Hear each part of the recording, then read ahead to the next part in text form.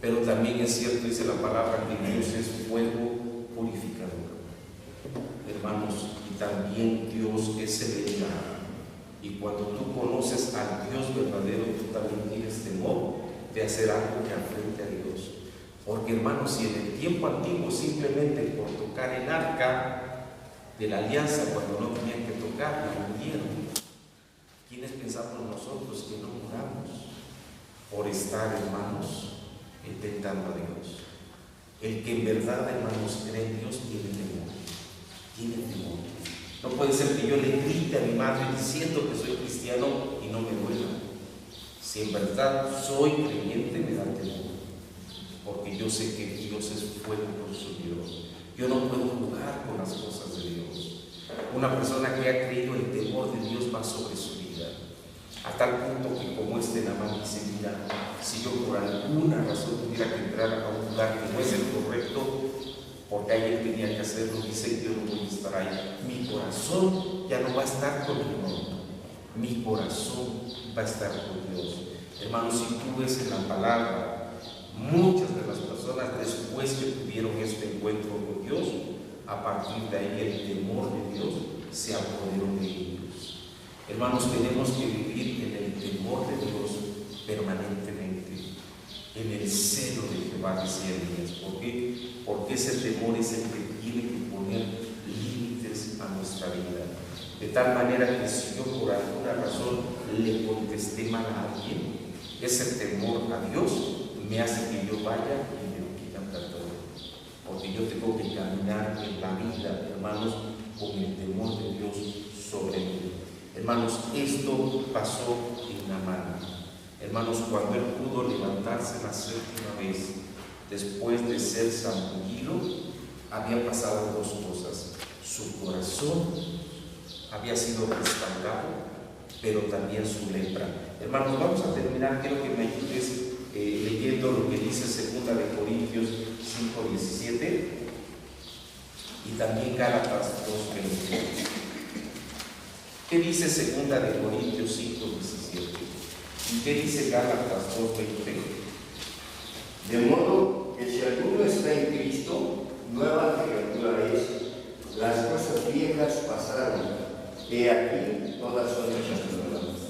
De modo, de tal manera, dice que si alguno está en Cristo, nueva criatura es. Las cosas viejas pasaron, he aquí todas son hechas nuevas. Hermanos, mentira que hay cristianos carnales, eso no es bíblico. Mucha gente dice, es que habemos cristianos carnales. No, un cristiano no es carnal, un cristiano es espiritual, porque dice la palabra, mirad, dice, las cosas de arriba. Dice, si en verdad habéis resucitado, dice Colosenses, mirad las cosas de arriba, donde está Cristo morando a la diestra del Padre. Y es lo que dice 2 de Corintios 5:17, de tal modo que si alguno está en Cristo, nueva criatura es. Las cosas viejas pasaron y aquí todas son hechas nuevas. Yo no puedo decir, pues mi mal carácter sigue estando conmigo. No, entonces no han nacido de nuevo. Sigue siendo la misma. Porque cuando Naamán emergió, hermanos, era una persona nueva. Se le podía notar internamente y externamente. Cuando él llegó a su casa, me imagino lo que sus hijos dijeron y su esposa. Dijeron, qué bendición. Este es el padre y el esposo que habíamos orado mucho porque viniera. Nueva criatura somos. Hermanos, esto es importante.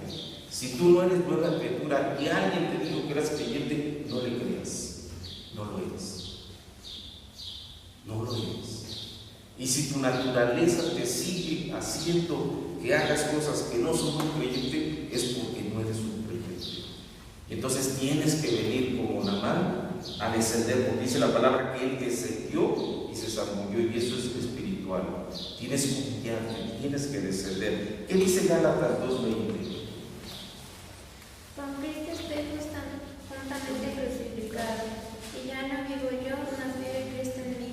Y lo que ahora vivo en la carne, lo vivo en la fe del Hijo de Dios,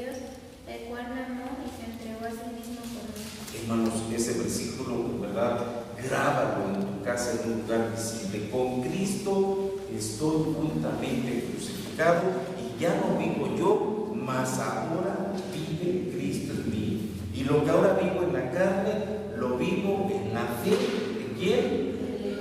Del Hijo de Dios, que me amó y se entregó a sí mismo por mí. Hermanos, la gente lo que tiene que ver es el nuevo Naamán. Tiene que ver a la nueva naturaleza, a la nueva persona que Dios ha restaurado. De tal manera que aún en tu trabajo la gente diga: oye, no es el mismo. Antes hablabas con groserías, ahora no dices groserías. Antes veías a las muchachas, ahora no ves a las muchachas. Antes eras mal hecho para hacer tu trabajo, ahora llegas temprano. Ahora haces bien las cosas. Ahora eres diligente. ¿Por qué? Porque una nueva naturaleza está en mí.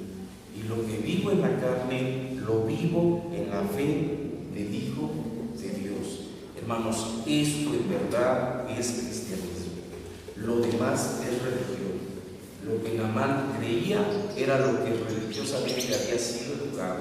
Pero cuando Dios lo transforma y le enseña que ser creyente, ser restaurado plenamente, hermano, tan es así que él mismo se anticipó y dijo: Señor, cuando yo regrese a mi nación y mi rey me pide entrar en su templo, sabe que lo voy a hacer porque tengo que hacerlo, pero mi corazón ya no estará ahí. ¿Por qué? Porque mi corazón es de Dios. Hermanos, si nosotros vemos lo que significa arrepentimiento, es un cambio de mente, un cambio de corazón. Es una persona nueva, es una nueva naturaleza. No tiene nada que ver con lo pasado. Si él caminaba hacia allí, hacia allá, ahora camina hacia otro lado. ¿Por qué? Porque es una nueva naturaleza.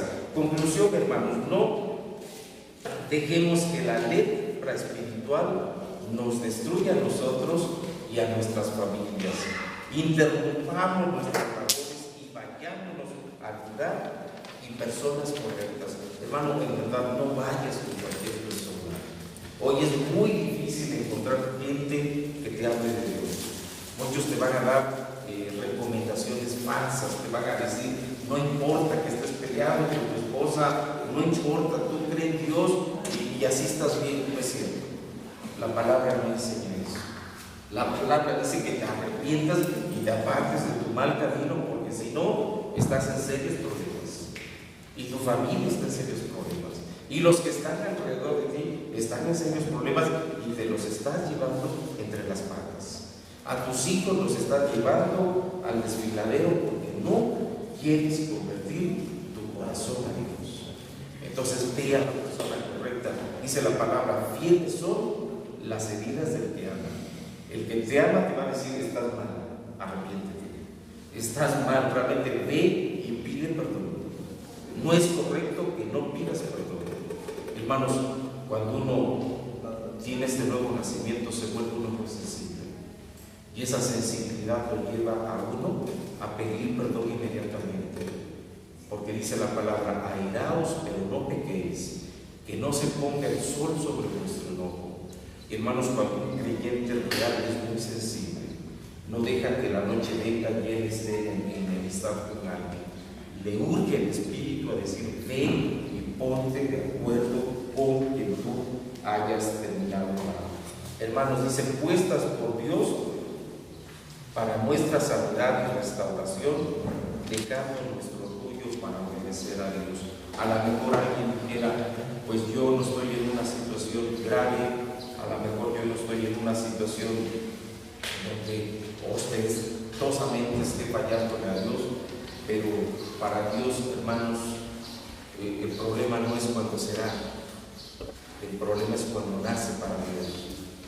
Jesús le dijo a la gente: a ustedes los enseñaron, no matarás, pero yo te digo que si a tu hermano le dices necio, y eres culpable de eso. ¿Sabes por qué? Porque Jesús va a la intención. ¿De qué sirve que no hayas matado a tu hermano, pero con la mirada lo fulminas? ¿De qué sirve que no le quites la vida, pero tampoco lo saludas? Tampoco haces algo por ir a restaurar esa relación.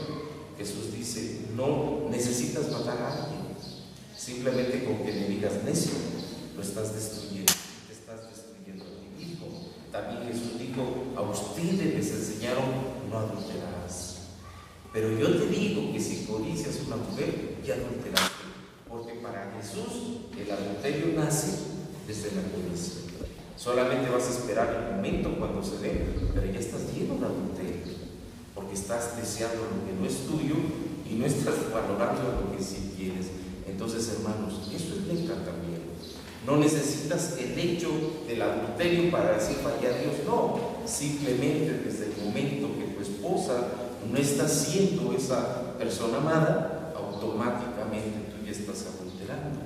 Entonces, hermanos, nosotros tenemos que identificar y saber cuando esa lepra nos está haciendo daño, y entonces, hermanos, hagamos algo. Porque en verdad, hermanos, más importante que un buen negocio, más importante que una buena casa o aún una buena educación que tú le puedas dar a tus hijos, es apartarte de todo e ir a resolver esa situación espiritual. Porque entonces vas a ver qué bendición cuando tú regreses a tu casa y la gente pueda ver que has venido diferente. Y la gente te va a preguntar, oye, ¿a dónde estuviste? ¿Por qué eres diferente hoy? ¿Por qué te notas diferente? ¿Por qué hablas diferente? ¿Por qué haces las cosas diferentes? ¿Dónde estuviste? ¿Qué taller te dieron? ¿A qué hospital te recluyeron? Y tú puedas decirles, fue un milagro. Lo que a mí me pasó fue un milagro. Fue venir a la presencia de Dios. Y es creerle a Dios, y es obedecerle a Dios, y poder ver que Él me ha transformado. Y soy una nueva vida, porque Dios me ha dado esa nueva vida. Y entonces muchos te van a decir, yo quiero esa vida que tú tienes. Porque a lo mejor hoy nadie te lo dice. ¿Sabes por qué? Porque dices una cosa, pero haces otra. Entonces la gente dice, no, para ser como eres, yo así no, prefiero seguir con mi religión. Pero cuando ellos ven tus hechos, y cuando ellos ven tus palabras, dicen, oye, ¿dónde será Él? Yo quiero ir. ¿Dónde hicieron eso en tu vida? ¿Quién trabajó contigo? Dime, por favor. Hermanos, qué bendición, porque entonces la gente, de manera natural, te va a buscar, porque va a querer ser como tú. Y entonces, hermanos, ni siquiera tenemos nosotros que preocuparnos por ir a tocar puertas. La gente vendrá y la gente dirá, yo quiero de lo que tú tienes, por favor, compártemelo. Por favor, te pago si es necesario, pero compárteme lo que tienes. Y tú dices, no necesitas pagarme nada. Hermanos, ¿cuánto quiso pagar Naamán, hermanos, por el favor que recibió? Todo lo que llevaba. ¿Cuánto le aceptó Eliseo? Nada. Dijo, no, pues nada. Hermanos, el favor de Dios no tiene precio. ¿Habrá algo con lo cual tú puedas pagarle un corazón nuevo? O nada. Simplemente obedece y simplemente haz lo que Dios tiene para tu vida. Porque al rato tú vas a ser ese profeta ahora para muchos otros que están también necesitando. Vamos a orar.